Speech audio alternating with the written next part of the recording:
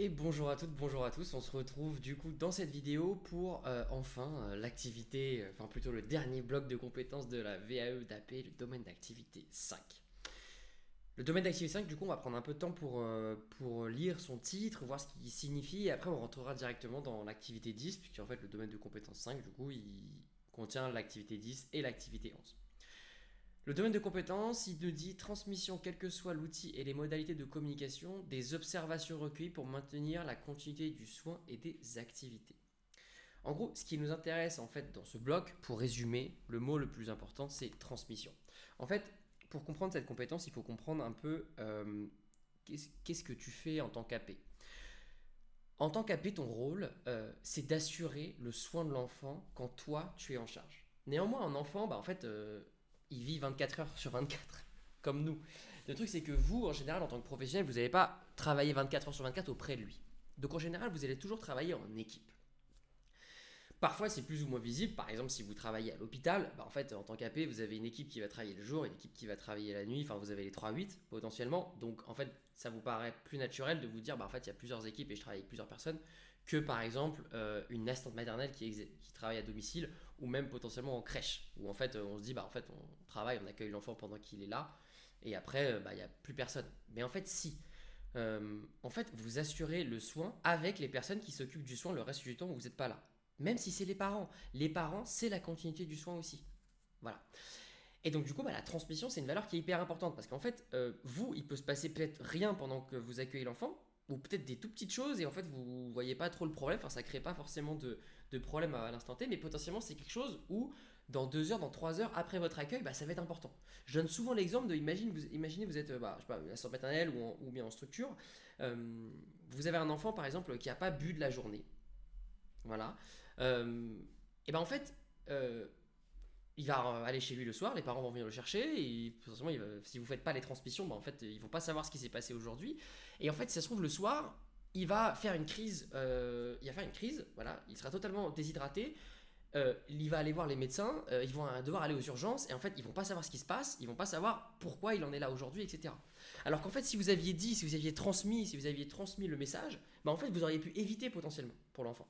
Et je prends l'exemple de la déshydratation avec l'eau, mais ça peut être plein d'autres choses, les selles, ou bien quelque chose que vous avez observé qui vous a semblé bizarre dans la journée. En fait, il faut toujours se dire que ce que vous allez écrire, ce que vous allez transmettre, c'est hyper important. Pas que pour vous, c'est-à-dire juste pour pouvoir suivre, en gros, au fil de la journée, ce que vous avez fait, et pouvoir revenir un peu en arrière et vous dire, tiens, j'ai déjà fait ça, par exemple, j'ai déjà donné un Doliprane, donc je vais pas en redonner, mais c'est important même pour les personnes qui vont s'occuper de l'enfant après vous.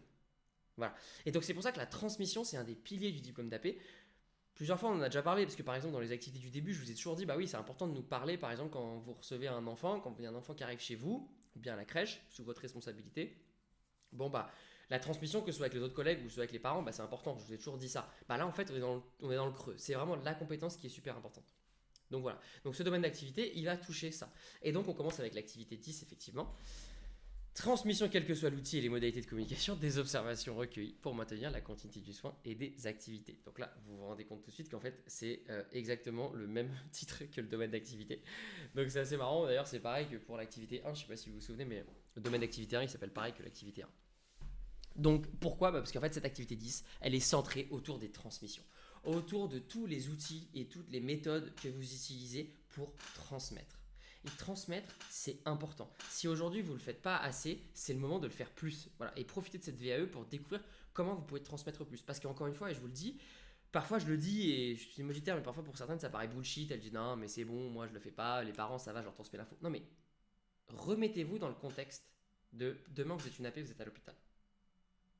Les transmissions que vous pouvez faire, vous en tant qu'assistante maternelle, en tant qu'auxiliaire de petite enfance en crèche, c'est crucial en fait. Si ça se trouve, c'est des choses qui vont pouvoir sauver l'enfant. Voilà. Et vous vous en rendez peut-être pas compte quand vous le faites, mais ça peut sauver l'enfant. Voilà. Et la façon dont ce qui s'est passé avec vous, pendant que vous êtes avec l'enfant, c'est autant important pour vous que pour toutes les personnes qui vont accueillir l'enfant juste après. C'est la continuité du soin. C'est pour ça que ce mot de continuité du soin, il peut vous sembler un peu galvaudé, un peu théorique, mais non, c'est important. La continuité du soin, c'est ce qui fait que l'enfant, en fait, il faut s'en occuper 24 heures sur 24. Voilà. Et donc la transmission, c'est hyper important. Et donc en fait, c'est ce qui va nous intéresser dans cette fiche. Et d'ailleurs, c'est une fiche qui est assez particulière, cela dit, parce qu'en fait, c'est la première fois. Si vous voulez, dans toutes les fiches, je ne sais pas si vous vous souvenez, mais c'est toujours dans votre expérience. Décrivez une situation où. Dans la fiche 8, dans la fiche 9, dans la fiche. Enfin, toutes les fiches en fait. Ça a toujours été décrivez une situation où. Et en fait, dans cette fiche, c'est pas ça. Dans votre expérience, décrivez les outils que vous utilisez au quotidien pour rechercher et noter les informations nécessaires à votre travail. Ça, cette phrase, elle est incroyable. Les outils que vous utilisez au quotidien pour rechercher et noter les informations nécessaires. Et oui, la transmission, c'est pas que vous pour les autres, c'est aussi les autres pour vous. Et si les autres, ils font pas suffisamment des bonnes transmissions, bah c'est vous que ça met en danger. Parce qu'imaginez, et je prends l'exemple tout le temps parce que c'est le plus basique, mais vous avez un enfant qui va pas bien. Bah, potentiellement, vous allez devoir lui donner un Doliprane par exemple. Bah ouais, mais si les parents ils nous donnent un Doliprane le matin et vous n'êtes pas au courant, bah en fait, vous pouvez pas le faire parce que potentiellement, c'est une overdose. Voilà. Donc oui, les transmissions, c'est pour les autres, pour vous, et pour vous, pour les autres. C'est la continuité du soin. Et donc, dans les deux cas, c'est important. Alors, ce qui est bien, c'est que c'est souvent les mêmes outils que vous utilisez pour que ça vienne des autres vers vous et que vous vers les autres. C'est pour ça, c'est la bonne nouvelle. Donc, décrivez les outils que vous utilisez au quotidien pour rechercher et noter les informations nécessaires à votre travail.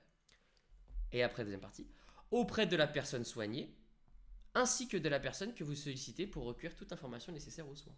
Et bah oui, c'est-à-dire que en fait, l'information, vous pouvez la récupérer auprès de l'enfant, vous pouvez la récupérer auprès du parent, vous pouvez peut-être la récupérer auprès du pédiatre, auprès du médecin, enfin voilà, il y a auprès de la directrice, auprès de votre collègue qui est arrivé le matin avant vous, qui a fait la transmission, etc. Les informations, elles peuvent venir de plein d'endroits différents. Et c'est votre responsabilité d'arriver à les récupérer, les compiler, comme on appelle ça, c'est-à-dire les réunir et les rendre intelligibles.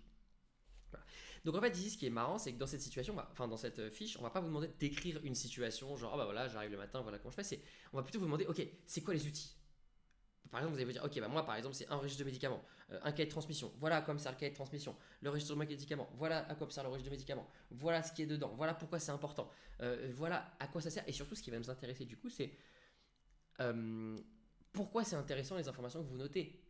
Voilà, est-ce que vous notez ok c'est bon il avait un pull bleu. Non, on s'en fiche qu'il ait un pull bleu dans les transmissions. C'est pas le truc qui est important. Enfin, vous pouvez le faire si vous voulez, mais c'est pas important. Voilà. Et donc, ce qui va être important, c'est autant les outils que vous utilisez pour faire les transmissions que ce que vous écrivez dans ces transmissions. Voilà. Parce que potentiellement, il y a des informations qui peuvent être plus ou moins importantes. Voilà. Donc, ça, c'est la première question. Déjà, c'est la situation où vous allez devoir décrire. Et moi, ce que je vous conseille, c'est toujours d'envoyer boum, boum, boum. Voilà, on a ça, on a cet outil-là, voilà à quoi il nous sert. On a cet outil-là, voilà à quoi il nous sert, voilà ce qu'il contient dedans, etc. Voilà, on a cet outil-là. Question 2. Quelles données avez-vous retenues et tracées pour mettre la quantité d'histoire? Ça, c'est super important parce qu'ils utilisent le mot données. Parce qu'effectivement, dans les transmissions, il y a plein de choses. Il y a les transmissions, entre guillemets, qualitatives, c'est-à-dire à l'oral. Voilà, je vous dis souvent en tant qu'AP, c'est très important, l'empathie, la discussion, créer une relation de confiance avec le parent, avec l'entourage, en fait, au sens large, pour qu'il puisse se confier, vous donner les informations. Vous vous souvenez, ça, c'est compétence 6. Donc je vous avais dit que c'était important. C'est important aussi pour les transmissions, de pouvoir que le parent il va vous donner des informations. Ça c'est ce qu'on appelle qualitatives, c'est-à-dire des informations générales. Et ensuite vous avez ce qu'on appelle des informations quantitatives. Quantitative c'est quanti, c'est chiffré en gros. Voilà, c'est une information qui est chiffrée, qui peut se tracer sur un graphe. Par exemple le poids, par exemple la température, par exemple le litre de biberon que vous lui donnez, le poids de nourriture, etc. Voilà. Ça c'est des informations quantitatives. Et du coup, ces informations quantitatives, on peut les tracer. Voilà. Et donc, du coup, donc, quand il pose la question, c'est quelles données avez-vous retenues et tracées, les deux, pour permettre la quantité du soin. Voilà. Par exemple, le poids de l'enfant, ça c'est intéressant, ça peut être utilisé. La température de l'enfant, ça peut être utilisé, etc.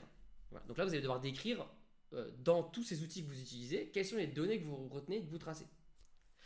Et quel support de traçabilité avez-vous utilisé et pourquoi? Ça c'est intéressant, c'est un peu l'historique. Une fois qu'on a, parce qu'en fait vous pourriez vous dire, ok on est lundi, ok je fais mes transmissions, je note tout bien pour qu'en fait la personne après moi elle ait toutes les informations nécessaires pour assurer le soin de l'enfant pendant que c'est elle qui le garde, etc. Ok, mardi je fais pareil, mercredi je fais pareil. Et en fait, vous vous dites, ok, mais ces informations, elles ont du sens que pour la transmission. C'est-à-dire que, une fois que je les ai faites, c'est bon, elles peuvent disparaître. Mais non. En fait, ce qui va nous intéresser, c'est aussi la traçabilité. C'est très intéressant d'avoir une traçabilité pour pouvoir revenir en arrière, pour pouvoir voir potentiellement une modification d'état clinique qui peut être inquiétante. Voilà. Et pour ça, il y a des choses qu'on peut que repérer grâce à un historique.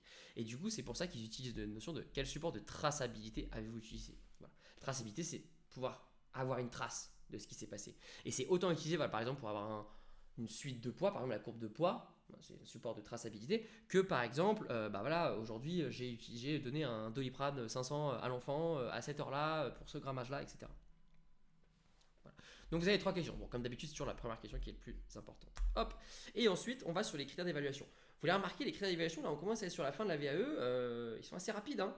On n'a plus que 3 critères, ils tiennent sur une page, alors qu'on se souvient, compétences 3, 4, c'était des pavés, c'était des tableaux énormes de critères d'évaluation, donc ça fait toujours plaisir. Allez, on rentre dedans. Fiabilité du recueil des données. Qu'est-ce que ça veut dire ça? Ça veut dire que quand vous récupérez les données, ce qu'on appelle les données, c'est les informations, en fait. Hein. Donc quand le parent vous dit quelque chose, quand le collègue vous dit quelque chose, quand voilà, dans les outils que vous utilisez, comment on s'assure que les informations que vous avez données, c'est les bonnes?